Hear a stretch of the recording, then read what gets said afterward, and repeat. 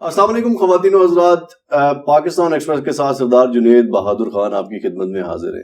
دنیا بھر میں اردو بولنے والے، اردو سمجھنے والے لوگ آج کے پیراڈائم میں، آج کے دور میں جب بات کرتے ہیں مذہب کے بارے میں، اسلام کے بارے میں، تو یہ پیراڈائم تھوڑا سا بدل گیا ہے۔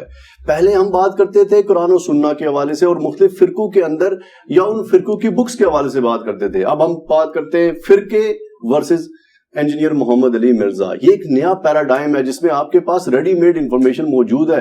آپ وہ جو ایک پوری بک پڑھنی ہوتی تھی 2000 پیجز کی، اب وہ آپ 5 منٹ کی ایک ویڈیو کلپ دیکھتے ہیں اور اس کے بعد آپ ایک معلومات اخذ کر لیتے ہیں اور اس کی بنیاد پہ ایک ججمنٹل سٹیٹمنٹ بھی پاس کر سکتے ہیں۔ آج ہم موجود ہیں انجینئر محمد علی مرزا صاحب کے پاس۔ ان کی کوئی تعارف تو کروانے کی ہمیں ضرورت نہیں ہے کیونکہ اس وقت اسلام سے جڑے ہوئے اردو بولنے والے تمام لوگ آپ کو لازمی سنتے ہوں گے، جو نہیں سنتے ہوں گے وہ نفرت اور حقارت کی نظر سے دیکھتے ہوں گے۔ ہم ان سے جانیں گے کہ یہ جو نیا پیراڈائم کریٹ ہوا ہے اس نے اسلام کو کس حد تک فائدہ پہنچایا ہے۔ السلام علیکم محمد علی مرزا صاحب۔ اور وعلیکم السلام ورحمۃ اللہ وبرکاتہ۔ ولا حول ولا قوۃ الا باللہ، اللہم صلی علی محمد وعلی آل محمد۔ جنید بھائی، آپ کا بہت بہت شکریہ، آپ نے اچھے طریقے سے تعارف کروایا۔ اللہ تعالیٰ آپ کے حسن ظن کی لاج رکھیں۔ اللہ کا نام لے کے اپنے سوالات شروع کریں۔ سورہ النحل کی آیت سے شروع کرتے ہیں کہ اپنے رب کے راستے کی طرف دعوت دو حکمت اور عمدہ نصیحت کے ساتھ، اور لوگوں سے مباحثہ کرو ایسے طریقے پر جو بہترین ہو۔ تمہارا رب ہی زیادہ بہتر جانتا ہے کہ کون راستے سے بھٹکا ہوا اور کون راہ راست پر ہے۔ میں چاہتا ہوں کہ اس آیت کی تشریح پہلے آپ کیجئے کہ کیا آپ کا جو انداز تکلم ہے، کیونکہ جب میں نے آپ کے بارے میں ریسرچ کی تو پتہ چلا کہ لوگ محمد علی مرزا کی گفتگو سے اتنے زیادہ مخالف نہیں ہیں، انداز تکلم سے زیادہ لوگ خائف ہیں۔ یہ کہتے ہیں کہ it is not important what he is saying, it is very important how he is saying۔ اس آیت کی روشنی میں یہ پورا رویہ سمجھائیے مجھے۔ اس آیت میں قطعاً یہ بات نہیں ہوئی ہے کہ جو بات کی جا رہی ہے آپ اس کو پھینک دیں، انداز کو اپنا لیں۔ لچھے دار انداز تو ہمیشہ خوشنما انداز شیطانی لوگوں کا رہا ہے، اور وہ اپنا غلط سودا بھی پبلک میں اس طریقے سے بیچتے ہیں۔ اللہ کے محبوب صلی اللہ علیہ وآلہ وسلم کے بارے میں اللہ تعالیٰ نے سورہ صاد کے اینڈ پہ فرمایا وما انا من المتکلفین۔ اے نبی آپ فرما دیں میں تکلف کرنے والا نہیں، میں اسٹریٹ فارورڈ بات کرنے والا ہوں۔ اور یہ کانٹیکسٹ یہ تھا کہ قصہ آدم اور ابلیس بیان ہوا تھا، اور اس کا کلائمیکس یہ آیا تھا کہ جب شیطان نے کہا نا کہ میں تیرے بندوں کو اکھاڑ لوں گا، پچھاڑ دوں گا اور انہیں میں جہنم تک پہنچا دوں گا، تو اللہ تعالیٰ نے فرمایا کہ جو بھی تیری پیروی کریں گے میں تیرے ساتھ انہیں جہنم میں پھینکوں گا۔ اللہ تعالیٰ نے بجائے اس کے کہ اس کے چیلنج کے جواب میں یہ کہتا کہ میں دیکھتا ہوں تو کس طرح میرے بندوں کو ورگلاتا ہے، اللہ تعالیٰ نے کہا کہ ٹھیک ہے، پھر جو تیری طرف لگیں گے وہ تیرے ساتھ ہی جہنم میں جائیں گے۔ ابھی بڑی اسٹریٹ فارورڈ بات تھی، دنیا میں تو ایسا نہیں ہوتا۔ دنیا میں جب دو پہلوانوں کا آمنا سامنا ہوتا ہے نا، دو ڈان سامنے آتے ہیں، یہ میں اس کے ساتھ مثال نہیں دے رہا، ایک ایبسولوٹ، تو ایک کہتا ہے نا میں تیرے بندے اغوا کروں گا، دوسرا کہتا ہے میں دیکھتا ہوں۔ لیکن اللہ تعالیٰ کہتا ہے کہ جب اس نے کہا نا میں بندے اغوا کروں گا، اللہ تعالیٰ نے کہا کہ پھر جو بھی تیرے راستے پہ چلے گا نا اسے میں جہنم میں پھینکوں گا۔ میں نے کوئی گارنٹی نہیں اپنے کسی بندے کی اٹھائی، کیوں؟ میں نے پیغمبر بھیج دیے، کتابیں بھیج دی، اب جو کوئی خود گمراہی کمانا چاہتا ہے تو کمائے۔ اس کو کنکلوڈ کرتے ہوئے پھر نبی علیہ السلام سے کروایا گیا کہ آپ کہہ دیں میں تکلف کرنے والا نہیں، میں نے کھول کھول کر بات آپ تک پہنچا دی ہے۔ اب جو آپ نے آیت ریفر کی سورۃ النحل کی، ادعو الی سبیل ربک بالحکمہ والموعظۃ الحسنہ وجادلہم باللتی ہی احسن، بالکل یہی انداز ہے ہمارا اللہ کے فضل سے۔ اس میں 3 کیٹیگری کے لوگوں کو ایڈریس کیا گیا، 3 طرح کے لوگ دنیا میں ہوں گے۔ ادعو الی سبیل ربک بالحکمہ، بعض ایسے لوگ ہوں گے جن کو آپ نے حکمت کے ساتھ دلائل دے کر انٹلیکچولی قائل کر کے بات سمجھانی ہے، جس طرح آج کے اس ماڈرن دور میں ایتھیسٹ ہیں، لبرلز ہیں، سائنس کے اسٹوڈنٹس ہیں۔ تو مجھے بتائیں اس پلانٹ ارتھ پہ اردو بولنے والوں میں میرے سوا کون سا بندہ ہے جو تمام سائنٹیفک فیکٹس کو لے کر، اور وہ اتنا کوالیفائڈ بھی ہو، انجینئر بھی ہو، اور تمام چیزیں پبلکلی کلیئر کر رہا ہو۔ اللہ کے فضل سے میری درجنوں میں ویڈیوز ہیں کہ میں پوری حکمت کے ساتھ اس دعوت کو لے کر چل رہا ہوں۔ دوسری چیز اس میں آئی واضح حسنہ کے ساتھ، یعنی اچھے طریقے سے آپ نے واز کرنا ہے۔ جہاں واز کی باری آتی ہے، الحمدللہ آپ میرے فکر آخرت سے متعلق ویڈیوز دیکھیں تو اس میں تو آپ کو ایک بالکل ڈیفرنٹ میرا کلر نظر آئے گا۔ اس کی وجہ یہ ہے کہ وہ ٹاپک ہی بالکل ڈیفرنٹ ہے۔ جس طرح نبی علیہ السلام جب جمعے کے ممبر پہ آپ کو نظر آئیں گے تو تلوار اٹھائے ہوئے نظر نہیں آئیں گے، آپ کو آکورڈ لگیں گے۔ لیکن اگر کوئی شخص نبی علیہ السلام کا تعارف ہی یہ کروائے کہ ایک بندہ ہے جس نے زرہ پہنی ہوئی ہے، تلوار اٹھائی ہوئی ہے، تو لوگ تو کہیں گے جنگجو، آپ کا ایک دعوت والا پہلو اوور لک ہو جائے گا اگر آپ کے شارٹ کلپ یہی والے کاٹے جائیں، جس طرح اس زمانے میں لوگ کاٹتے تھے، آج تک لوگ کر رہے ہیں۔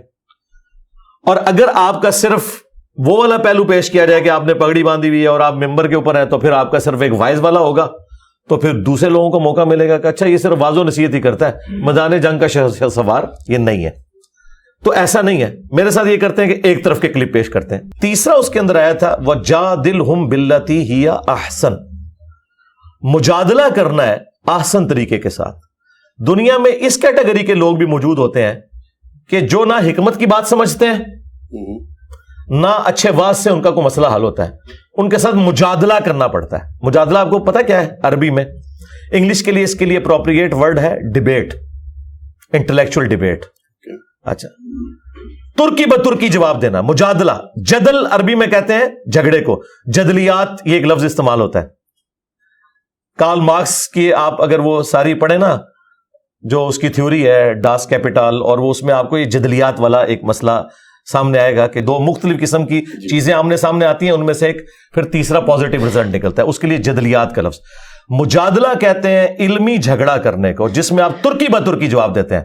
جس طرح حضرت ابراہیم علیہ السلام سے جو ترکی بترکی جواب ہوا ہے نمرود کا، انہوں نے کہا کہ میرا رب وہ ہے کہ جو زندہ کرتا ہے اور مارتا ہے، تو اس نے آگے سے کہا میں بھی زندہ کرتا ہوں مارتا ہوں۔ دو قیدی بلائے، ایک کو قتل کر دیا، ایک کو چھوڑ دیا۔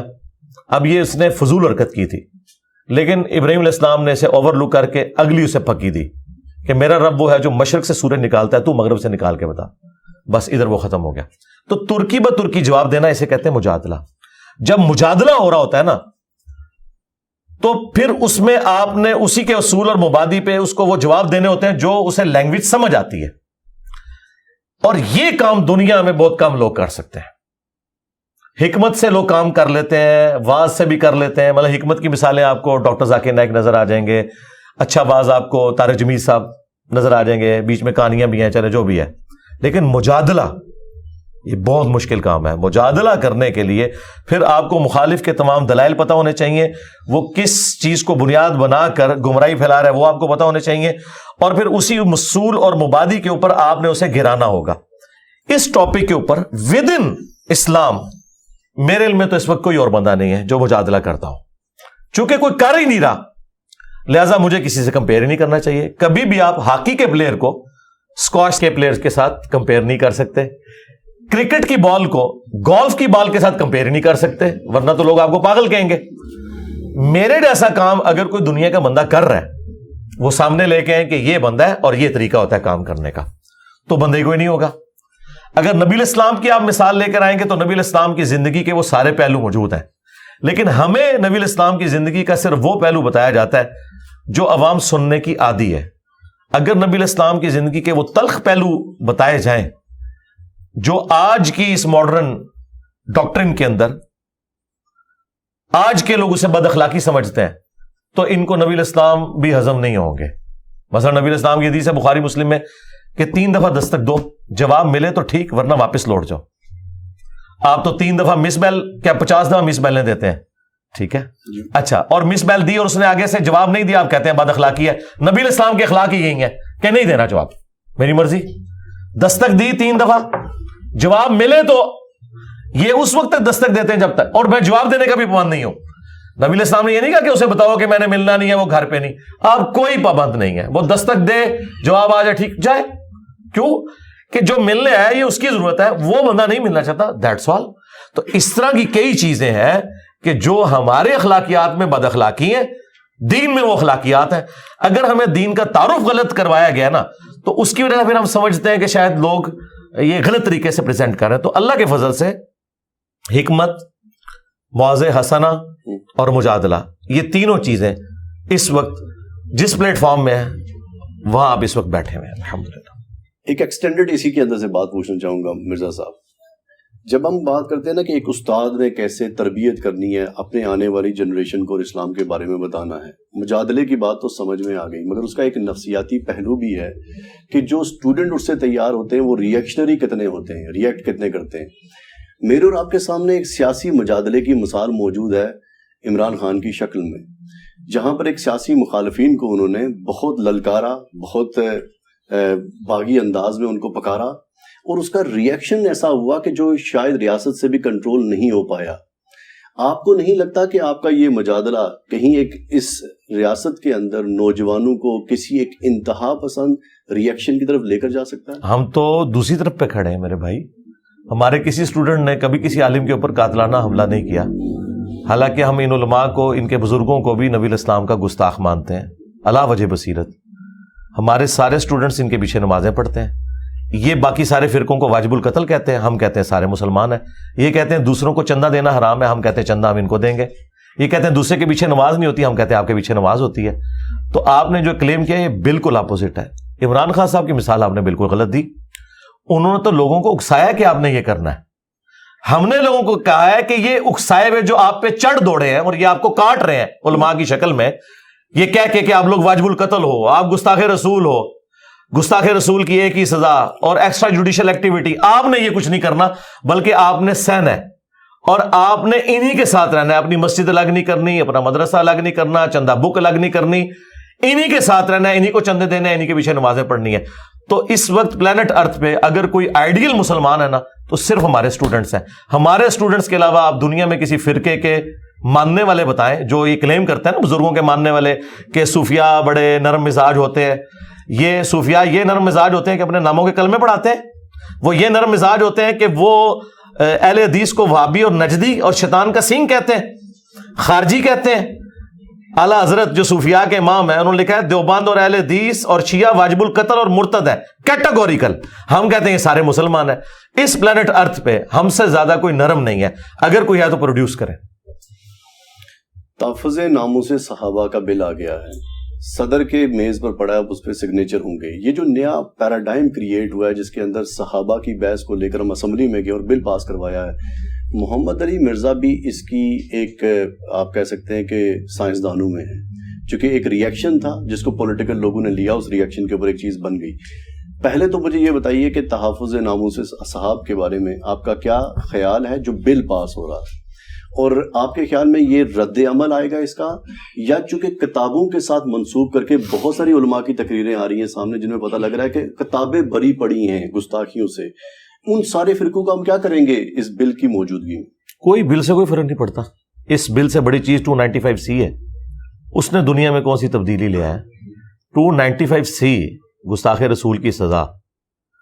بریلویوں کے نزدیک دیوبند اور اہل حدیث سب کے سب گستاخ رسول ہیں, کیونکہ یہ اعلیٰ حضرت احمد بریلوی صاحب کا فتویٰ ہے اسام الارمین میں.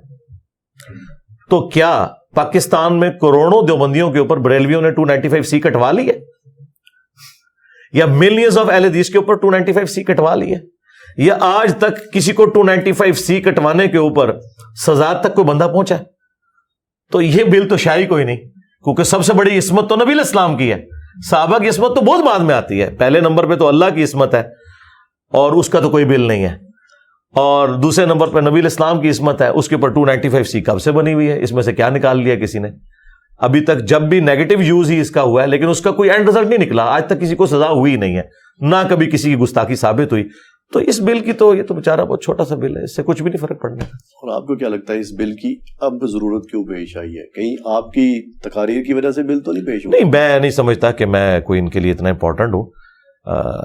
جہاں تک فی نفسی گستاخی کا معاملہ ہے, صحابہ کرام ہوں, اہل بیت ہوں, کسی کو گالی نہیں دینی چاہیے, یہ بالکل غلط ہے. میں اس طرح کے لوگوں کو معاشرے میں دیکھتا ہوں کہ جو اس طرح کی گالی گلوچ والا معاملہ کرتے ہیں, بائی نیم صحابہ کرام کا نام لے کے ان پہ لعنت کرتے ہیں, تو اس طرح کی چیزیں نہیں ہونی چاہیے. ہم تو خود اس کے مخالف ہیں کہ آپ کا صرف علمی اختلاف ہونا چاہیے, اور علمی اختلاف کوئی توہین نہیں ہوتا.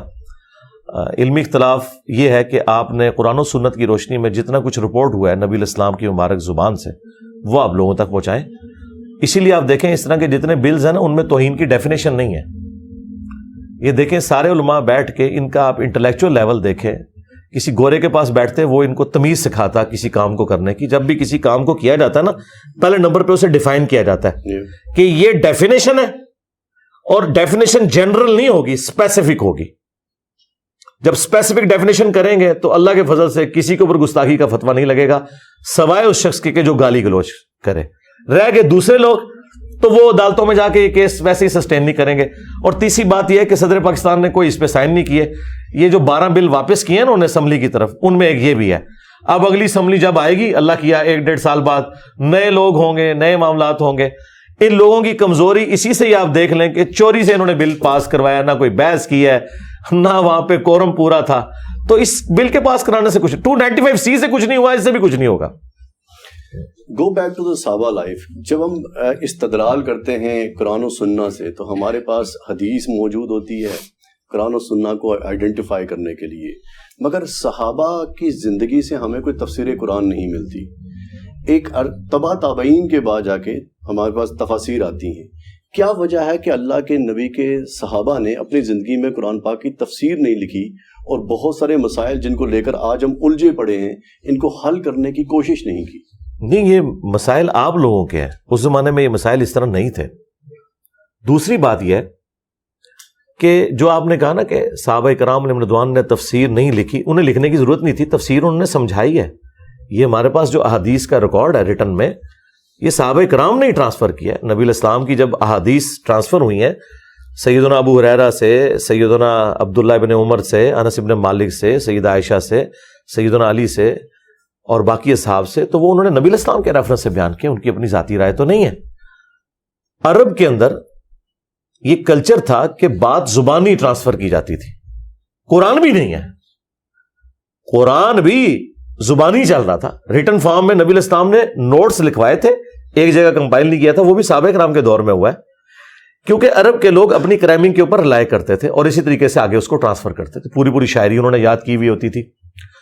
بخاری مسلم میں آیا کہ حضرت ابن مسعود کہتے ہیں کہ میں نے نبی الاسلام کے پیچھے رات کی نماز میں 70 سے زیادہ صورتیں صرف سن کے یاد کر لی ہیں, اتنی کرائمنگ تھی ان کی.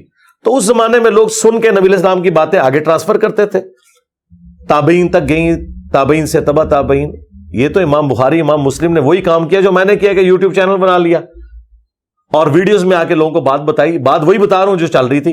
انہوں نے یہ دیکھا کہ یہ جو زبانی کلامی معاملات چل رہے ہیں, ایک وقت آئے گا کہ لوگ اس میں کمزوری کا شکار ہو جائیں گے, تو بہتر ہے کہ اسے ریٹن ریکارڈ میں لے آیا جائے. وہی جو سینہ بہ سینہ چل رہا تھا وہ ریٹن ریکارڈ میں آ گیا, اور اس کے اوپر سب کے سب متفق ہیں. اہل سنت تمام متفق ہیں کہ قرآن کے بعد افضل کتابیں بخاری اور مسلم ہیں. بخاری مسلم کھول کے آپ خود پڑھیں, انٹرپریٹیشن میں کوئی فرق نہیں. یہ بالکل علماء کا دھوکہ ہے. یہ صرف وہ دھوکہ دیتے ہیں جو خود اس کو ماننا نہیں چاہتے. آج کبھی ایسا نہیں ہوا کہ BBC یا CNN کے اوپر کوئی پٹی چلے, افریقہ کا انسان اس پٹی کا مطلب کوئی اور لے اور امریکہ کا انسان کوئی اور مطلب, سب ایک ہی مطلب لیتے ہیں جو نیوز کی پٹی نیچے چل رہی ہوتی ہے. تو یہ کیسے ہو سکتا ہے کہ بخاری مسلم قرآن میں کوئی بات لکھی ہوئی ہے اور عربی زندہ لینگویج ہے تو 4 بندے مختلف انٹرپریٹیشن کریں گے؟ نہیں, ایک ہی انٹرپریٹیشن اس کی بنتی ہے. وہ 3 بےایمانی کر رہے ہوتے ہیں. اس کا سب سے آسان طریقہ آپ گورے کے سامنے وہ رکھیں, وہ آپ کو بتا دے گا یہ بندہ ٹھیک کہہ رہا ہے, کیونکہ گورے کا فرقہ کوئی نہیں. ایاک نعبد و ایاک نستعین پڑھ کے گورا یا علی مدد نہیں کہے گا, یا عبد القادر جیلانی المدد, یا معین الدین چشتی پار لگا دے کشتی, یا باو لاکھ بیڑا تک. یہ کبھی نہیں کہو کہ یار واضح لکھا ہوا ہے اللہ کو پکارنا ہے. ہاں, مولوی یہاں کروڑوں اس کے فالوورز وہ اس آیت کا دوسرا مطلب لے رہے ہیں, گورا یہ نہیں لے گا. اس لیے میں یہ بولتا ہوں قرآن اور حدیث کو پڑھ کے پہلی دفعہ جو غیر مسلم مطلب لیتا ہے نا, وہ اس کا معتبر مطلب ہے.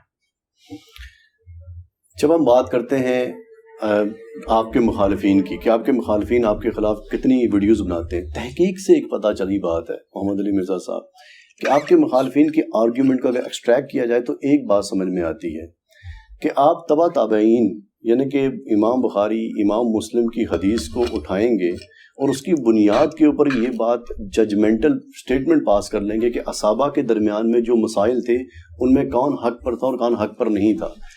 یہ بھی بابے ہیں وہ بھی بابے ہیں, بابوں کی فہرست میں تو سارے ہی بابے ہیں اللہ کے نبی کے بعد. جی. ہم تعین کیسے کریں گے, اور محمد علی مرزا کے پاس کیا پیرامیٹر ہے جس سے ان کو پتہ چل جاتا ہے کہ یہ بابا درست ہے اور وہ پیچھے والا بابا غلط تھا, مگر بات آگے جو پہنچی ہے وہ درست پہنچی ہے؟ کیا پیرامیٹر؟ دیکھیں یہ تو ٹاپک بالکل ڈفرنٹ آپ نے کر دیا. اگر حجیت حدیث پہ بات کریں گے, مجھے بتائیں اہل سنت میں کون ہے جو بخاری مسلم کو نہیں مانتا؟ اور اس میں اگر کوئی بات لکھی ہے اور کہتا ہے میں نہیں مانتا, تو اس کی وہی سزا ہونی چاہیے جو آئین کے غدار کی سزا ہے, اسے اسلام سے باہر نکال دیا جائے گا. اگر ایک بندہ کہتا ہے کہ اسلام کی کتابیں قرآن بخاری مسلم ہے اور میں اسے اس میں سے کوئی چیز نکال کے پیش کرتا ہوں تو کہتا ہے یہ بعد میں آئی ہے, تو اس سے پھر یہ بات نہیں ہوگی کہ بعد میں آئی ہے پہلے ہے. تو فارغ ہو گیا, تو اسلام سے نکل گیا, کیونکہ تو قرآن و سنت کو نہیں مانتا. تیرے ساتھ پھر ہم اسلام کے اوپر بات کریں گے. ایک بندہ کہتا ہے ختم نبوت کی آیت قرآن میں لکھی ہوئی ہے لیکن میں نہیں مانتا, تو اسے کہیں گے تم قرآن کو مانتے ہی نہیں ہو. پھر تم سے ختم نبوت پر ڈسکشن نہیں ہوگی, اس پر ڈسکشن ہوگی کہ تم قرآن کو مانتے بھی ہو کہ نہیں. لہٰذا یہاں پہ جو بخاری مسلم میں ہے وہ امام بخاری امام مسلم کی رائے نہیں ہے, نبی علیہ السلام کی احادیث ہے. اگر ان کی ذاتی رائے ہوتی نا تو آپ پھینک دیتے. وہ نبی علیہ السلام کی مبارک احادیث ہے جو احادیث کی شکل میں امت تک پہنچی, امت نے ایکسپٹ کی. اب بخاری مسلم وہ بابیں ہیں جو غدار نہیں ہیں, انہوں نے رسول اللہ کے ساتھ کی ہے وفاداری, نبی علیہ السلام کی بات آگے پہنچائی. ہمیں ان بابوں سے اختلاف ہے جنہوں نے غداری کی, قرآن و سنت کو انہوں نے حجت تو مانا اور تعلیمات جب دینے کی باری آئی تو انہوں نے اپنی ذاتی انٹرپریٹیشن بتائی. اور جن بابوں کی وجہ سے ہمارے مخالفین کو مسئلہ ہے نا, وہ تو آئی بخاری مسلم کے بعد ہے. ٹھیک ہے, بخاری مسلم سے پہلے کا کوئی بابا نہیں جس سے ہمیں اختلاف ہو. بعد والوں نے بخاری مسلم کو حجت بھی مانا اور پبلک سے چھپایا. اس کی سب سے بڑی دلیل یہ ہے کہ 1000 سال پہلے اسلام یہاں آیا, کسی ایک نے بھی بخاری کا ترجمہ یہاں کی لوکل لینگویج میں کیا؟ ان لوگوں نے آپ کو اگنورنٹ رکھا کتابوں سے, قرآن کا ترجمہ نہیں کیا انہوں نے 1000 سال تک. کہتے ہیں نا صوفیان اسلام کی خدمت کی ہے, مجھے کسی ایک صوفی کا ترجمہ بتائیں 1000 سال میں کہ اس نے ترجمہ کیا ہو ادھر کی نیٹو لینگویج کے اندر. دین وہ فارسی میں سکھا رہے تھے, دین وہ اردو میں سکھا رہے تھے, لیکن بخاری مسلم قرآن کا ترجمہ نہیں کرتے تھے. یہ اب آ کے انہوں نے ترجمے کیے ہیں نا. قرآن کا بمشکل 200-250 سال پہلے ترجمہ ہوا ہے, بخاری کا ترجمہ تو 100 سال پہلے ہوا ہے. اسی لیے یہ 2 نمبری ان کی چلتی رہی. جیسے ہی ترجمے ہوئے ہیں, اچھا لوگوں کو اعتماد تھا کہ یہ عربی میں پڑھتے ہیں. اکثر آپ لوگوں سے پوچھیں وہ کہتے ہیں ہماری بات بخاری میں ہی لکھی ہوئی ہے, بخاری کھولتے ہیں تو نماز تو رفع الیدین سے نکلتی ہے. اور جو بخاری کو مان رہے ہوتے ہیں انہیں پتہ ہی نہیں ہوتا کہ اس میں تو نماز والا وہ طریقہ نہیں لکھا ہوا جو جس پہ ہم چل رہے ہیں, ہم تو کسی اور طریقے پہ چل رہے ہیں. تو یہ غداری کی انہوں نے کتابوں کے ساتھ. نبی علیہ السلام نے مستقبل میں آنے والی ہر چیز امت کو بتا دی. نبی علیہ السلام نے قیامت کی نشانیاں بتائیں, دجال کے متعلق بتایا, نزول عیسیٰ علیہ السلام کے بارے میں بتائی, یہ ساری چیزیں بتائیں. اسی طریقے سے نبی علیہ السلام نے اپنی وفات کے فوراً بعد ہونے والے سارے واقعات جو آپ علیہ السلام کو اللہ کا نبی ہونا جسٹیفائی کرتے ہیں وہ بتا دیے کہ میری وفات کے 10 سال بعد یہ ہوگا, 30 سال بعد یہ ہوگا, 50 سال بعد یہ ہوگا. یہ وہ واحد چیز ہے جو آپ کو اور چنگیز خان کو علیحدہ کرتی ہے. چنگیز خان نے بھی دنیا فتح کی, ہمارے نبی اور ان کے چاہنے والوں نے بھی دنیا فتح کی, لیکن دونوں میں ایک فرق ہے. ہمارے نبی نے پہلے بتا دیا یہ ہوگا, اس طریقے سے ڈاؤن فال ہو جائے گا. دنیا کا کوئی جنگجو یہ نہیں بتا سکا اس طریقے سے ڈاؤن فال ہوگا. ٹھیک ہے, یہ چیز ہے جو فرق کرتی ہے.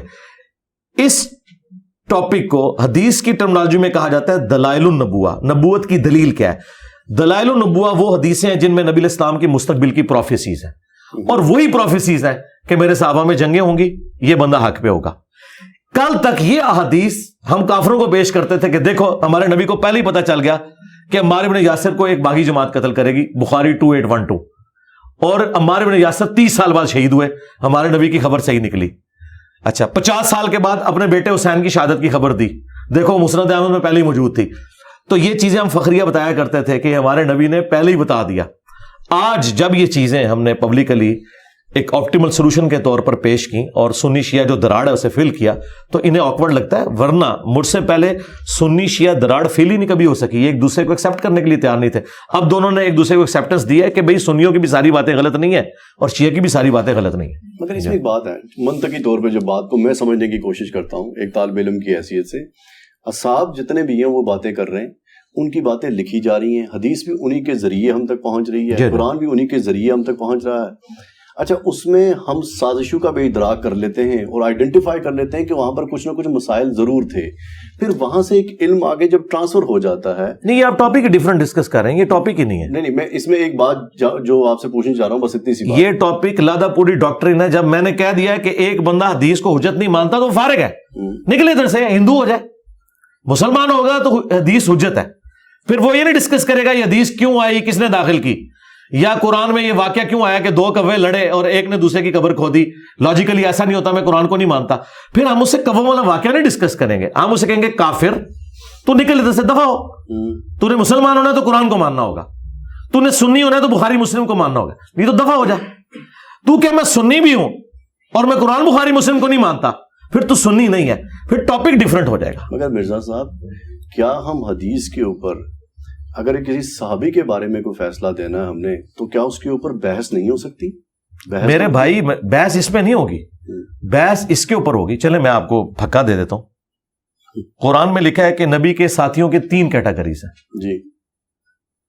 ایک سابقون الاولون من المہاجرین والانصار ہے, سورہ توبہ آیت نمبر 100, 101 اور 2 پڑھ لیں کہ صحابہ کی 3 کیٹیگریز ہیں. نمبر 1 سابقون الاولون من المہاجرین والانصار. پھر فرمایا مدینہ اور اہل مدینہ میں بہت سے منافق ہیں جن کو نبی تم بھی نہیں جانتے. نمبر 3 کچھ ایسے لوگ ہیں جو ملے جلے اعمال کرتے ہیں. نبی علیہ السلام کے ساتھیوں کی 3 کیٹیگریز قرآن میں آئی ہیں, پکے مومن, پکے منافق جن کو نبی تم بھی نہیں جانتے لہذا ہم بھی نہیں جانتے. نمبر 3 ملے جلے اعمال کرنے والے, اچھے اعمال بھی کرتے ہیں برے اعمال بھی کرتے ہیں. کسی صحابی کا نام قرآن میں نہیں آیا. لہذا جن صحابہ کو آپ بڑا بنا کے پیش کر رہے ہیں ان کا تو تعارف ہی کوئی نہیں ہے. پھر اگر آپ کسی صحابی کا نام لے کے کہتے ہیں کہ جی اس کی بڑی عظمت ہے, تو کہاں لکھی ہوئی ہے؟ بخاری میں. بخاری کا تو نام نہ لو, زبان کھینچ لوں گا. بخاری کا نام نہیں لینا. قرآن میں بتاؤ کدھر نام لکھا ہوا ہے حضرت ابو بکر عمر عثمان علی کا؟ نہیں ہے, تو پھر فارغ ہو جاؤ. پھر اگر آپ نے قرآن پہ رہنا ہے تو پھر کوئی شخصیات نہیں ہے, اور اگر شخصیات ہیں حدیثوں کی بنیاد پہ, پھر حدیثیں ہی بتائیں گی کون پہلے درجے کا مسلمان ہے, کون آخری درجے کا ہے, کون سے ملے جلے اعمال کرنے والا ہے. تو قرآن میں تو صحابہ کی 3 کیٹیگریز آئی ہیں, اور رضی اللہ عنہم ورضوا عنہ جنہیں کہا گیا وہ لوگ ہیں جو صلح حدیبیہ کے مسلمان ہیں. یہ اس موقع پہ آیت نازل ہوئی ہے. لہٰذا جب قرآن پہ آئیں گے نا تو پھر مقدمہ تو بالکل ہی فارغ ہو جائے گا آپ کا. جن شخصیات کا آپ دفاع کرنے کی بات کر رہے ہیں ان کا تو نام ہی قرآن میں موجود نہیں ہے, ان کی تو کوئی حقیقت ہی نہیں ہے جب تک احادیث نہ ہو. تو اچھا, حدیث پہ آخری سوال. حضرت حسن سے اور حضرت حسین سے روایت ہمیں حدیثیں نہیں ملتی, کیا سازشی طور پہ حدیثیں زیادہ شامل نہیں کی گئی, یا انہوں نے حدیثیں زیادہ کہی ہی نہیں تھی؟ نہیں زیادہ کہیں, حضرت علی نے بھی زیادہ حدیثیں نہیں کی. اس کی وجہ ہے کہ یہ لوگ سراپا سنت ہے, یہ سنت سکھاتے تھے نا. صحیح بخاری میں آتا ہے کہ مولا علی علیہ السلام ظہر کی نماز کے بعد ایک چبوترے پہ بیٹھ جاتے تھے مسجد کے اندر, کوفے کی جامع مسجد میں, اور لوگوں کو مسائل سکھاتے تھے. کئی بار وضو کا طریقہ سکھاتے تھے, اس طرح کے مسائل سکھایا کرتے تھے. اور یہ لوگ سراپا سنت ہے, ان کو دیکھ کر لوگ دین لرن کرتے تھے. ان سے یہ نہیں پوچھتے تھے کہ نبی علیہ السلام نے کیا کیا, ان کو دیکھ کے جج کرتے تھے کہ نبی علیہ السلام نے یہ کیا. اس لیے خلفائے راشدین سے بھی آپ کو صرف حسن و حسین یا حضرت علی کا مسئلہ نہیں ہے, حضرت ابو بکر سے تو حضرت علی سے بھی کم حدیث ہیں. یہ اکثر شیعہ اعتراض کرتے ہیں نا ہمارے اوپر, تو بھئی حضرت ابو بکر سے کون سی زیادہ حدیث ہیں؟ وہ سراپا سنت تھے خلفائے راشدین. ان کی ایکٹیویٹیز یہ تھیں کہ انہوں نے سنت اپنے عمل سے سکھائی. اور ظاہر حکومتی لیول کے اوپر لوگ تھے, حکومتی لیول پہ جو لوگ ہیں پھر انہوں نے اس لیول کا کام نہیں کرنا کہ انہوں نے کچھ لکھوانا ہے, ان کی تو اپنی مصروفیات ہیں, ان کو لوگ دیکھ کے دین کو لرن کر رہے ہیں. جس طرح پرائم منسٹر تو جا کے فزکس نہیں پڑھائے گا, چاہے وہ فزکس میں پی ایچ ڈی بھی ہو, وہ تو ایک فزکس کا پروفیسر پڑھائے گا. پرائم منسٹر نے تو ایز اے ہول امت کو دیکھنا ہے. اس طرح خلفائے راشدین نے ایز اے ہول اپنے عمل سے امت کو دیکھا اور سیاسی معاملات چلائے. باقی جو یہ والی چیزیں وہ نیچے سے ٹرانسفر ہوئیں, اور ان کو حدیثیں بیان کرنے کا ضرورت نہیں تھی, وہ خود سراپا سنت ہے. اور جو کریٹیکل باتیں انہوں نے روایت بھی کر دی. اچھا, جڑا والا واقعہ پیش آیا, آپ نے آج کی اپنی گفتگو میں یہ بھی کہا, جو میں نے آپ کا لیکچر سنا ہے, کہ یہ رد النفاق کرنا ہوگا, اس کے لیے اعلان, رد النفاق آپریشن آپ نے اس کے لیے کہا کہ یہ کریں شروع. پہلے تو مجھے یہ بتائیے کہ جڑا والا واقعہ ہمارے سوسائٹی میں پہلی بار نہیں ہوا, ایک عرصہ دراز سے ایسے واقعات پیش آ رہے ہیں. کیا اسلامی ریاست میں غیر مسلم کے تحفظ کے لیے باقاعدہ کوئی کانسٹیٹیوشنل پیکج موجود نہیں ہے؟ ہمارے کانسٹیٹیوشن کو چھوڑ لیجئے, جو کہ اسلامی ریاست کے تصور کے اندر بتائیے کہ وہاں پر غیر مسلموں کے ساتھ معاملہ کیسے پیش آتا تھا, اینڈ ریلیٹ کیجئے اس کو غزوہ خیبر کے ساتھ, اور مجھے بتائیے کہ وہ جو حملہ تھا ہم اس کو کیسے جسٹیفائی کرتے ہیں جڑاں والا کے قریب لا کے. کون سا خیبر کا؟ جب خیبر پہ حملہ کر کے مسلمانوں نے قلعہ فتح کیا تھا. اب یہ دو مختلف ٹاپک ہیں میرے بھائی, اس طرح تو ہم پورے 2 ہفتے بیٹھے رہیں گے. ایک بات کریں نا, ایک آپ جڑا والے کے اوپر ورڈک لے لیں.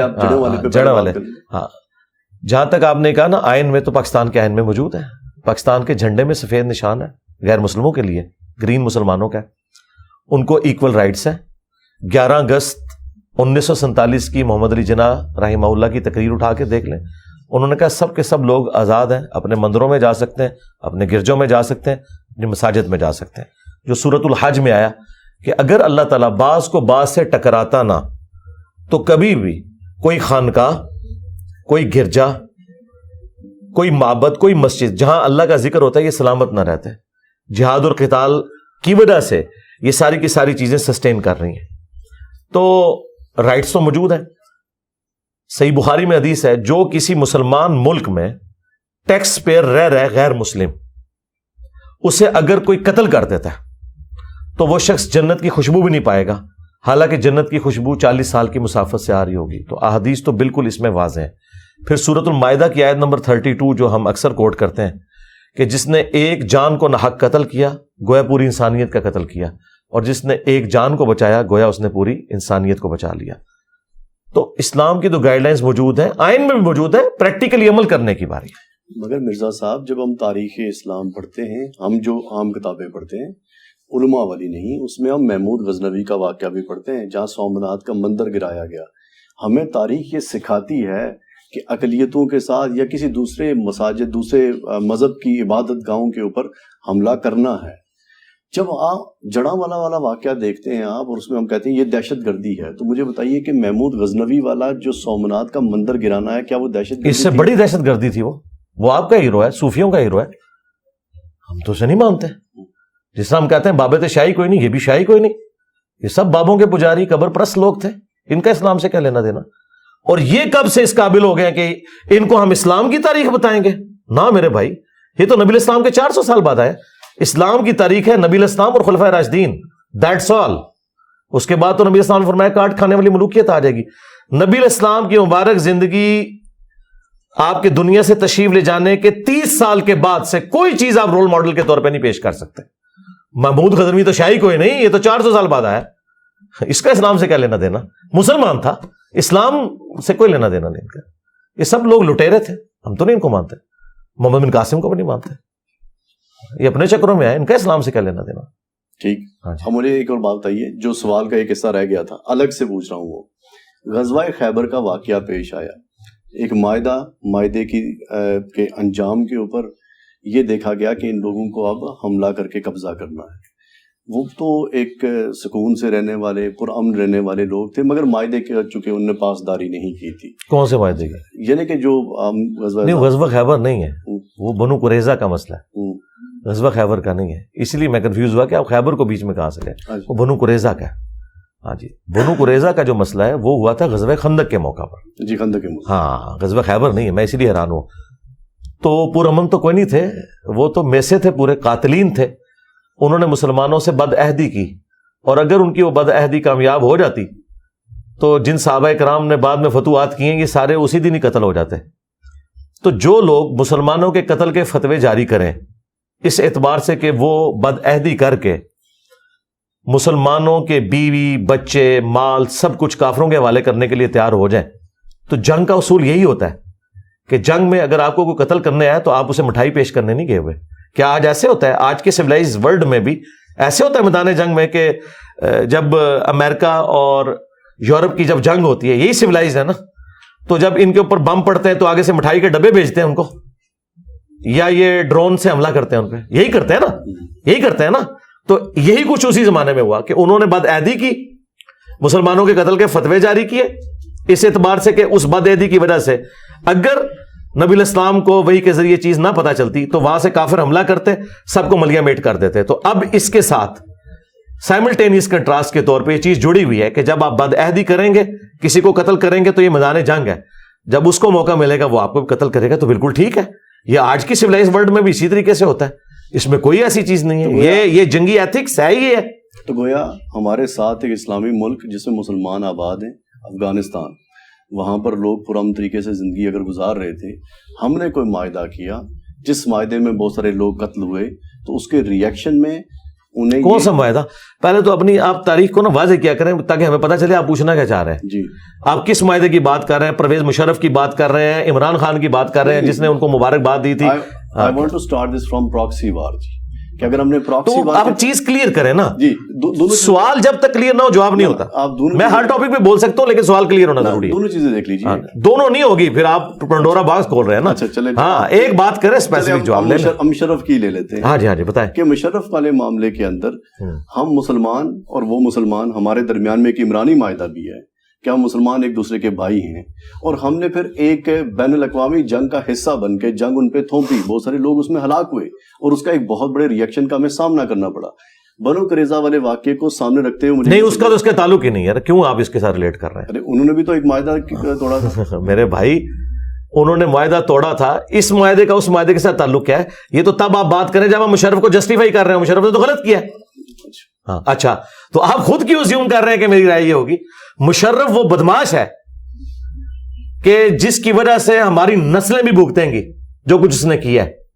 آپ نے خود سے میرے تھاٹس آپ کو کیسے پتا چل گئے کہ آپ نے زیوم کر لیا میں دونوں چیزوں کے مشرف آپ یہ بات کر رہے ہیں. میں کہتا ہوں افغانستان غیر مسلم ملک بھی ہوتا تب بھی مشرف نے جو کچھ کیا یہ حرام تھا اسلام کی روح سے. آگے چلیں. میں یہ بھی کہتا ہوں کہ محمد علی جناح جب زندہ تھے اور کشمیر میں فوجیں ہماری گھسائی گئیں وہ بھی اسلام کے خلاف تھا، وہ بھی معاہدہ انہوں نے توڑا. یہ ہو نہیں سکتا کہ اوپر سے آپ اقوام متحدہ کے اندر بندے ہوئے اور اندر سے آپ گریلا وار کر رہے ہیں، وہ بھی غلط تھی. اسلام کی روح سے اس چیز کی اجازت نہیں ہے. پاکستان میں غربت ایک بہت بڑا مسئلہ ہے، جہالت ایک بہت بڑا مسئلہ ہے، جس کی وجہ سے فرقہ واریت بھی ہے، جس کی وجہ سے پاکستان کے اندر نفسیاتی ہجان کی کیفیت بھی ہے، پولیٹیکل ڈس ہارمنی بھی ہے. آپ کو کیا لگتا ہے زیادہ مسئلہ غربت کا ہے یا زیادہ مسئلہ ہمارا جہالت ہے؟ جہالت ہے مین مسئلہ. غربت کی وجہ بھی جہالت ہے. اگر جہالت نہ ہوتی، پیروں کی زیارتوں پہ لوگ جاتے ہیں، یہ تو کھانا کھانے جاتے ہیں، یہ تو ایک ہے نا. جہالت سے کوئی تعلق نہیں ہے. نہیں، جہالت سے بھی ہے تعلق. داتا صاحب علی ہجویری کے مزار کے اوپر جا کے قبر پہ لوگ جو دعائیں کرتے ہیں وہاں پر لنگر بٹتا ہے مرزا صاحب، وہاں پر یہ تو نہیں ہوتا کہ کوئی گیان بٹ رہا ہے. اگر یہ صرف جہالت میں ہوتا تو پڑھے لکھے لوگ وہاں کیا لینے جاتے ہیں؟ بہت کم تعداد میں جاتے ہیں. نہیں ایسا، وہ ہے ہی پڑھے لکھے لوگ، ہے ہی کام ہے تو کم ہی ہوں گے نا. اگر آپ کے پی ایچ ڈی میں نے ایک دو دیکھے ہیں تو پی ایچ ڈی ہوتے بھی کام ہی ہے نا. دوسری بات مجھے بتائیں، آج تک کوئی پاکستان کی گورنمنٹ ایسی ہے جس میں پیر فقیر نہ بیٹھے ہوئے ہو؟ شاہ محمود قریشی کون ہے؟ ادھر بھی پیر بیٹھے ہوتے ہیں. مخدوم امین فہیم کون ہے؟ یوسف رضا گیلانی کون ہے؟ آپ کے سارے پرائم منسٹر، سارے وزیر، بڑی بڑی پوسٹوں کے لوگ ہوتے ہی پیر فقیر ہیں. یہ ہے ہی یہ کچھ ہے، یہ ان پڑھ ہے. شاہ محمود قریشی صاحب جب وہ چھوٹی سی کینچی لے کے وہ گتیں کاٹ رہے ہیں بچیوں کی اور تھوڑے تھوڑے پیسے جمع کر رہے ہیں تو وہ اتنا پڑھا لکھا بندہ ہے، پیر ہے، تو یہ سارے کچھ کر رہے ہیں. تو یہ پڑھے لکھے جاہل ہیں. تو یہ جو جہالت ہے نا، دین سے بھی جہالت ہے ان کی. ان کو دین کا کوئی الف بے نہیں پتا. ہاں ہو سکتا ہے دنیاوی طور پہ کوئی پی ایچ ڈی ہے، دین میں وہ زیرو ہے. تو ہمارا مسئلہ ہی جہالت ہے. اگر یہ جہالت نہ ہوتی، مجھے بتائیں عرب کے لوگوں میں جو غربت تھی، ہمیں تو اس کا کبھی ادراک بھی نہیں ہو سکتا کہ کس قسم کی ان کے اندر غربت تھی. لیکن دنیا کے امام وہ بن گئے. کیوں بنے؟ ان کی جہالت اللہ نے دور کر دی. ایک لیڈر دیا، قرآن دیا، اور جب ان کی جہالت دور ہوئی تو دنیا کے امام بن گئے. آج یورپ اور امریکہ کے پاس کون سے ریسورسز تھے؟ انہوں تو ایکسپلور کیے ہیں نا. ریسورسز تو سارے سب کانٹیننٹ میں تھے. گورے ادھر کیوں آئے تھے؟ سونے کی چڑیا تھی سب کانٹیننٹ. یہاں زمین اگاتی ہے، یہاں خزانہ ہے، اس لیے ایسٹ انڈیا کمپنی آئی تھی. یہ آج ٹیکنالوجی کا کھا رہے ہیں دوسرے ملک. وہ تو انہوں نے اب ایکسپلور کیا تعلیم کی برکت سے. گوروں کے پاس کچھ نہیں تھا سوائے علم کے، وہ دنیا کے امام بن گئے. ان کے پاس ریسورسز کچھ بھی نہیں، ہم سے لے کے ویلیو ایڈیشن کر کے تو وہ دنیا میں چھائے ہوئے ہیں. تو ہمارا پہلا مسئلہ جہالت ہے. اسی کی وجہ سے غربت ہے، اسی کی وجہ سے، اسی کی کورالریز ہیں ساری کی ساری. گورے ہم سے زیادہ غریب تھے، لیکن جب انہوں نے علم حاصل کیا، علم کو یوٹیلائز کیا، انہوں نے اپنی غربت دور کی. آپ کے پڑوسی ملک چلیں، گوروں کی مثال تو ہمیں لگتا ہے کہ شاید کوئی معجزہ ہے. چائنا پچھلے 30 سال میں 80% آبادی کو پاورٹی سرکل سے نکال لیا انہوں نے اسٹریٹجیز کے ذریعے. اور وہ آپ ذرا اسٹریٹجی دیکھیں کیا ہے. علم انہوں نے عام کیا ہے، ٹیکنالوجی عام کی ہے، ٹھیک ہے. لوگوں کو کھلایا بلایا نہیں، محنتی بنایا، تعلیم یافتہ بنایا. تو اللہ تعالیٰ نے دیکھے ان کو برکت دی ہے. میں کہتا ہوں اس دور حاضر میں اگر چند بڑے معجزات ہیں ان میں سے چائنا ایک ہے.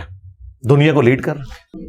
سیلف ڈیفenس کے اندر چونکہ پاکستان کے اندر پولیس اسٹیٹ ویسے نہیں ہے جیسے مضبوط ہونی چاہیے، تو سیلف ڈیفenس میں اسلامی قوانین کے مطابق کسی کے گھر میں کوئی بندہ گھسنے کی کوشش کرے تو سیلف ڈیفenس میں اس کو گولی ماری جا سکتی ہے. پاکستان کے قانون میں بھی ماری جا سکتی ہے. پاکستان کا یہ قانون ہے کہ اگر آپ کے پریمیسز کے اندر کوئی بندہ آ گیا نا، آپ سیلف ڈیفenس میں سے گولی مارے اور وہ مارا جائے تو اس کے اوپر کوئی گرفت نہیں. اور صحیح مسلم میں حدیث ہے، اگر تیرے گھر میں چور گھس آئے ان سے لڑ، اگر تو مارا گیا تو شہید ہے، اور اگر وہ مارے گئے تو تیرے اوپر کوئی قتل نہیں ہے. تو نبی علیہ السلام کی جو حدیث یہ صحیح مسلم کی ہے، عین پاکستان کا قانون اس کے مطابق ہے. چیئرمین پی ٹی آئی کا توشہ خانے کا جو کیسز سامنے آئے ہیں، اسلامی قوانین یا اسلامی روایات کے مطابق یہ بتائیے کہ توشہ خانہ کون رکھ سکتا ہے، اور اس میں عمران خان کی گواہی کے بغیر جو عدالت نے ان کو سزا سنائی ہے، کیا ایسا ہو سکتا ہے؟ دیکھیں، پاکستان کا جو قانون ہے نا توشہ خانہ والا، یہ اسلام کے خلاف ہے. بخاری مسلم میں حدیث ہے، نبی علیہ السلام جو عاملین زکوٰۃ بھیجا کرتے تھے، جو سورہ توبہ کی آیت نمبر 60 میں ہے نا، کہ ان کی تنخواہیں بھی بیت المال میں سے جائیں گی، جو عاملین زکوٰۃ کے کلیکٹرز ہیں. تو وہ جب زکوٰۃ کلیکٹ کر کے لاتے تھے نا، بھیڑ بکریوں کی، گائے کی، تو وہ بیت المال میں جب جمع کرواتے تھے تو کہتے تھے کہ یہ وہ چیزیں ہیں جو زکوٰۃ کی مد میں ہمیں وصول ہوئیں، اور یہ ہمارے پرسنل گفٹس ہیں توشہ خانہ والے. تو نبی علیہ السلام نے فرمایا، بخاری مسلم کے الفاظ ہیں، تم اپنے ماں باپ کے پاس گھر میں بیٹھو، میں دیکھتا ہوں تمہیں کون گفٹ دے گا. تمہیں اس پوسٹ کی وجہ سے گفٹ ملے، لہٰذا اپنے یہ گفٹ بھی بیت المال میں جمع کرواؤ. توشہ خانہ جو ہے نا پاکستان کا، وہ پاکستان کی ملکیت ہے. وہ پرائم منسٹر کی پوسٹ کو ملتا ہے، عمران خان یا نواز شریف یا جنرل باجوہ کو یا بندیال صاحب کو نہیں ملا. وہ پاکستان کی اس پوسٹ پہ بیٹھے ہوئے بندوں کو ملا ہے. یہ تو عمران خان صاحب کی برکت سے اب یہ سب کو یاد آیا کہ توشہ خانہ میں کچھ ہوتا تھا. تو پہلے جو لوگ اتنا کچھ کھا گئے ہیں کوئی ذکر نہیں کیا. ہمارے نزدیک وہ بھی غلط کر کے گئے، یہ بھی غلط. یہ قانون چینج ہونا چاہیے. اور یہ بھی غلط ہے کہ جی 50% دے کے آپ ریٹین کر لیں، اور ریٹین کر ہی نہیں سکتا. وہ پاکستان کی جو عوام ہے، پبلک، اس کی ملکیت ہے، وہ بیت المال میں جمع ہونا چاہیے. پاکستان میں موجودہ جو ایک سیاسی کیفیت ہے جس میں نوجوان ہجان کی کیفیت میں مبتلا ہیں، کوئی پولیٹیکل ڈائریکشن کی سمجھ نہیں آ رہی، بیوروکریسی، ہماری اسٹیبلشمنٹ، ہمارے ادارے ایک دوسرے کے مخالف کھڑے. آگے بڑھنے کا کیا طریقہ؟ آگے اسی طریقے سے بڑھیں گے ہم. یہ ہمیشہ قوموں میں ہوتا ہے. اسی کو تو کارل مارکس نے کہا نا، ڈائلیکٹیکل مٹیریلزم، کہ دو مختلف متضاد چیزیں آپس میں ٹکراتی ہیں اور ان میں سے پھر ایک سولوشن نکلتا ہے. یہ سولوشن نکلنا تھا. آپ تاریخ سے سبق سیکھیں. ہٹلر ٹکرایا پوری دنیا کے ساتھ، بدماش تھا، سب کچھ تھا، لیکن اس میں سے ایک فائدہ مند چیز کیا نکلی؟ وہ تو جنگ ہار گیا، لیکن گریٹ برٹن بھی اتنی کمزور ہوگی کہ ہمیں آزادی مل گئی. ورنہ یقین کریں ہٹلر نہ ہوتا ہم آج بھی غلام ہوتے. لیکن ایک فائدہ ہوتا کہ بلٹ ٹرین میں پھر رہے ہوتے، اس چکا چک میں نہ پھر رہے ہوتے. تو یہ ہمیشہ ہوتا ہے. یہ بھی ایک نہ ایک دن ایسا آنا تھا کہ 70 سال سے جن لوگوں نے پاکستان کے اوپر قبضہ کیا ہوا ہے غیر اعلانیہ، اور اب تو اعلانیہ بھی کر رہے ہیں، اور عوام آمنے سامنے آنا تھا. اس کی ابتدا ہوئی ذوالفقار علی بھٹو سے. اس کو کچھ فاصلہ طے کروایا بے نظیر بھٹو نے، پھر نواز شریف نے، اور اب عمران خان صاحب نے. اس میں غلوف والا معاملہ ہوا، وہ ہو جاتا ہے. دوسری طرف سے کیا غلوف نہیں ہوا؟ بھٹو کا جو قتل تھا کیا عدالتی قتل نہیں تھا؟ یہاں پہ اگر عمران خان صاحب سے 9 مئی ہو گیا تو یہ بھٹو کے قتل سے تو چھوٹی چیز تھی نا. یہ ہو جاتا ہوتا ہے. میں سب کو مشورہ ہی دے سکتا ہوں کہ آپ قانون اور آئین کے اندر رہیں اور اس معاملے کو آگے چلنے دیں. جو قانون اور آئین کے اندر آتا ہے وہ سزا کاٹے، اور جو نہیں آتا صرف اپنی ذاتی دشمنی نبھانے کی خاطر آپ معاملات کو اس طریقے سے نہ لے کے چلیں. غربت، افلاس، بے روزگاری، لاقانونیت، اس میں ایک غریب آدمی پاکستان میں جس کے پاس کچھ پیسے بھی نہیں ہیں رہنے کے لیے اور زیادہ بہتر معاش گزارنے کا طریقہ کار نہیں ہے، کیا وہ آٹا بجلی چوری کر سکتا ہے؟ شریعہ کیا کہتی ہے کہ اگر وہ حالات بہت مخدوش ہو گئے ہیں تو خودکشی کر سکتا ہے؟ خودکشی تو بالکل نہیں کر سکتا. چوری والا معاملہ بھی اس حد تک ہے کہ جب زندگی موت کی کشمکش بن جائے اور اس کے اوپر سزا بھی نہیں ہوگی. لیکن اس کے سلوشن کی طرف جائیں گے. اسٹیٹ کی ذمہ داری ہے کہ وہ ان کی بیسک نیڈز پوری کرے. میرے خیال ہے پاکستان میں جتنی چیریٹی ہے نا، کوئی بھوکا مر نہیں سکتا. وہ تھوڑی سی ہمت کریں تو پورے ملک کے اندر، آج آپ جیلم جیسے چھوٹے شہر میں کتنے تندوروں کے باہر لکھا ہے کہ آپ کو روٹی فری ملے گی. پورے ملک کے اندر اس طرح ہے. کھانے پینے کے اعتبار سے کوئی ڈیتھ والا معاملہ نہیں ہوتا. لیکن یہ ریاست کی ذمہ داری ہے. جن لوگوں کو بڑا بننے کا شوق ہے یہ جہنم کما رہے ہیں. بخاری مسلم کی حدیث ہے، جو حکمران کسی قوم کے اوپر جب بنایا جاتا ہے اگر وہ ان کے ساتھ انصاف نہیں کرے گا تو جنت کی خوشبو بھی نہیں پائے گا. اگر کوئی غریب آدمی پاکستان میں اشیاء نہیں خرید سکتا اور اسے قسطوں پہ لینی پڑتی ہیں اور قسطوں کے اوپر ایک انٹرسٹ ہے جو وہ پے کرتا ہے. آج کل پاکستان میں نئی کچھ ایپس آئی ہیں جن میں آپ لون بھی لیتے ہیں اور واپس پے کرتے ہیں. شریعہ کیا کہتی ہے کہ یہ جائز؟ دیکھیں جو پیسے کے بدلے پیسہ ہے نا ایپس کے ذریعے وہ تو سود ہے. ونس کموڈٹی انوالو ہوگی نا تو اس میں جو ٹائم ویلیو آف کموڈٹی ہے نا وہ سود نہیں ہے. مثلا نقد کا موبائل 1 لاکھ کا ہے اور ادھار کا قسطوں پہ 1.5 لاکھ کا ہے تو یہ جائز ہے کیونکہ کموڈٹی انوالو ہوگی, یہ کاروبار ہے اور یہ بالکل جائز ہے. صرف اس میں ایک قباحت ہے کہ پینلٹی نہیں ڈالنی چاہیے قسط لیٹ ہونے کے اوپر. باقی جو آپ باقی اضافی پیسے لے رہے ہیں نا تو وہ آپ پیسے کے بدلے پیسہ نہیں لے رہے, کموڈٹی کے بدلے لے رہے ہیں. کریڈٹ کارڈ بھی اسی میں آئے گا؟ نہیں, کریڈٹ کارڈ اس میں نہیں, وہ تو پیسے کے ساتھ ریلیٹڈ ہے نا. ہاں, وہ تو آپ پیسہ لے رہے ہوتے ہیں, پیسے کے بدلے پیسہ منع ہے. ادویات استعمال کرتے ہیں مختلف نوعیت کی جو کہ پاکستان میں امپورٹ کی جاتی ہیں. بہت ساری ادویات ایسی ہیں جن میں جانوروں کے مختلف حصے استعمال ہوتے ہیں اور زیادہ تر میں خون بھی استعمال ہو سکتا ہے یا الکوہل استعمال ہوتی ہے. کہاں تک جائز؟ زندگی موت کی کشمکش کے پوائنٹ آف ویو سے جو ادویات ہیں وہ تو آپ یوز کر سکتے ہیں. ادویات تو استعمال ہی تب کرتے ہیں جب نہیں, وہ اس طرح نہیں, عام ادویات نہ ہو. مثلا کئی کھانسی کے ایسے شربت ہیں جن میں الکوہل ہے اور بعض الکوہل فری بھی ہیں, تو آپ الکوہل فری استعمال کریں. اب کھانسی ایسا مسئلہ نہیں جو زندگی موت کا مسئلہ ہے, ٹھیک ہے, الا یہ کہ آپ اس کے روٹ کاز کریں. اگر ٹی بی ہے تو وہ پھر ٹی بی والوں کو اس شربت سے کوئی فرق نہیں پڑے گا, وہ تو علاج ہی بالکل ڈفرینٹ ہوتا ہے. جہاں زندگی موت کی کشمکش آ جائے تو وہ قرآن حکیم میں 4 جگہ آیا ہے. سورۃ البقرہ میں, سورۃ النحل کے اندر, سورۃ المائدہ میں, سورۃ الانعام میں, کہ تمہارے لیے حرام کیا گیا ہے مردار, بہتا ہوا لہو, خنزیر کا گوشت اور جس کے ذبیحہ پر غیر اللہ کا نام لیا جائے. لیکن اگر کیٹاسٹرافک کنڈیشن ہو جائے, دل میں بغاوت نہ ہو, تو تم اس میں سے بھی لے سکتے ہو, پھر اللہ تعالیٰ اس پہ گرفت نہیں کرے گا. تو اس کے تحت جب کبھی زندگی موت کی کشمکش بن جائے, اب بہتا ہوا لہو جو ہے وہ حرام ہے, خون پینا حرام ہے, لیکن بلڈ ڈونیشن جو ہے یہ حلال ہے. ایک تو یہ پینا نہیں ہے, دوسرا یہ جان بچانے کے لیے ہوتی ہے. آرگن ڈونیشن حلال ہے. طلاق کے بعد مسلمان بہت ساری جگہوں پہ حلالہ کرتے ہیں اور علماء اس کے اوپر تضادات کا شکار ہیں. کیا کرنا چاہیے؟ دیکھیں علماء کوئی تضادات کا شکار نہیں ہے, یہ لوگوں کو 2 نمبری کر رہے ہیں. فقہ حنفی والے علماء حلالے نکالتے ہیں, جبکہ ان کے نزدیک بھی حلالہ پری پلان کرنا یہ زنا ہے, حرام ہے. خود مفتی اکمل صاحب جو میرے استادوں میں سے بھی ہیں, وہ کیو ٹی وی کے اوپر یہ کہہ رہے تھے کہ حلالہ کرنے والے اور کروانے والے پہ لعنت. یہ حدیث ہے سنن ابن ماجہ کی, یہ انہوں نے کوٹ کی ہے. اہل حدیث تو پہلے اسے حرام سمجھتے تھے, اب حنفی علماء بھی یہ مانتے ہیں کہ یہ حرام ہے, یہ حلالہ بالکل غلط ہے. جو قرآن میں حلالے کا ذکر ہے نا وہ آٹومیٹک حلالہ ہے, کہ کوئی شخص ایسا ہے کہ وہ فوت ہو گیا تو اس کے بعد وہ بیوی اپنے پہلے خامند کی طرف اگر لوٹ جاتی ہے جس سے اس نے طلاق لی ہوئی تھی, یہ نہیں کہ اس کو مار کے یا اس سے زبردستی طلاق لے کے پھر پہلے کی طرف لوٹتی ہے, تو پری پلانڈ حلالہ. اس کو آپ یوں سمجھ لیں کہ بھول کے آپ بریانی کی پلیٹ بھی کھا جائیں آپ کا روزہ نہیں ٹوٹے گا, جان بوجھ کے ایک لقمہ بھی لے تو روزہ ٹوٹ جائے گا. کانٹریکٹ میرجز جو اہل تشیع میں ہوتی ہیں موتا وغیرہ اور جو سنیوں میں ہوتی ہیں مس یار, کیا فرق ہے ان میں؟ دونوں حرام ہے جی, کوئی فرق نہیں, حرام ہے, کوئی فرق نہیں. اور یہ جو ویسٹ کے اندر ہم کہتے ہیں ایپس, انڈیپینڈنٹ لا پارٹنرز جو ہوتے ہیں, کہ اب ایک مرد بالغ ایک مرد عورت بالغ دونوں آزادی سے ایک دوسرے کے ساتھ رہنا شروع کر دیں اور چھپ کر اڈلٹری نہ کریں, اسلام میں اس کی گنجائش؟ اسلام میں نکاح کے بغیر کوئی بائنڈنگ نہیں ہے. اس کے علاوہ جو چیز ہے چھپی دوستی ہے وہ حرام ہے, اور نکاح بھی اعلانیہ ہوگا. نکاح بھی اگر چھپا کے ہوا, جس طرح علماء نے دوسری اور تیسری شادی چھپا کے کی ہوتی ہے, یہ بھی حرام ہے. اس کی وجہ یہ ہے کہ جب وہ مریں گے, وہ بیویاں جب منظر عام پہ آئیں گی اور ان کا ریٹن ریکارڈ بھی نہیں ہوگا تو وراثت میں وہ کیسے حصہ لیں گی.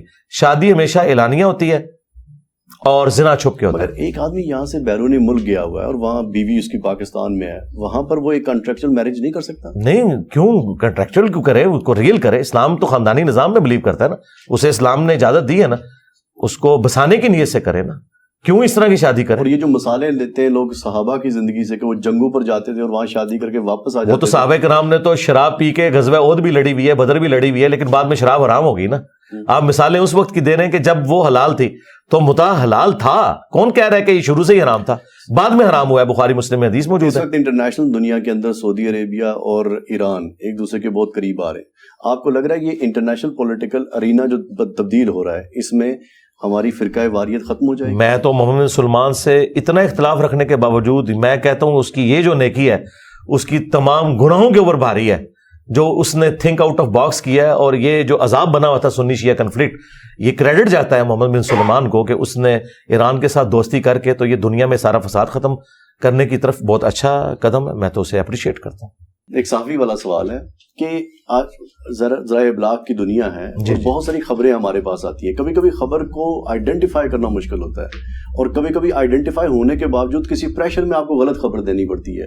کبھی ریاست کسی ادارے کی پریشر ہوتا ہے, کبھی آپ کو ادارے کی جانب سے پریشر ہوتا ہے. یہ تمام پریشرز اور کبھی کبھی آپ کی ذاتی طور پہ منافقت کا شکار ہو جاتے ہیں. اس ساری صورتحال میں ایک صحافی کی کیا ذمہ داری ہو؟ ذمہ داری تو یہ کہ صحافی تو پھر دلیر ہونا چاہیے. میں تو کہتا ہوں صحافی جو ہیں یہ مجاہد ہیں. تو پھر ارشد شریف کی طرح ہو جائے. نہیں, وہ تو ایک علیحدہ ٹاپک ہے, میں اس طرف آؤں گا. ارشد شریف صاحب نے جو اپنے زمانے میں گل کھلائے ہیں, وہ ان کو جب وہ ARY پہ بیٹھ کے دوسرے لوگوں کی پگڑی اچھالتے تھے اس وقت ان کو صحافت نہیں تھی یاد آتی.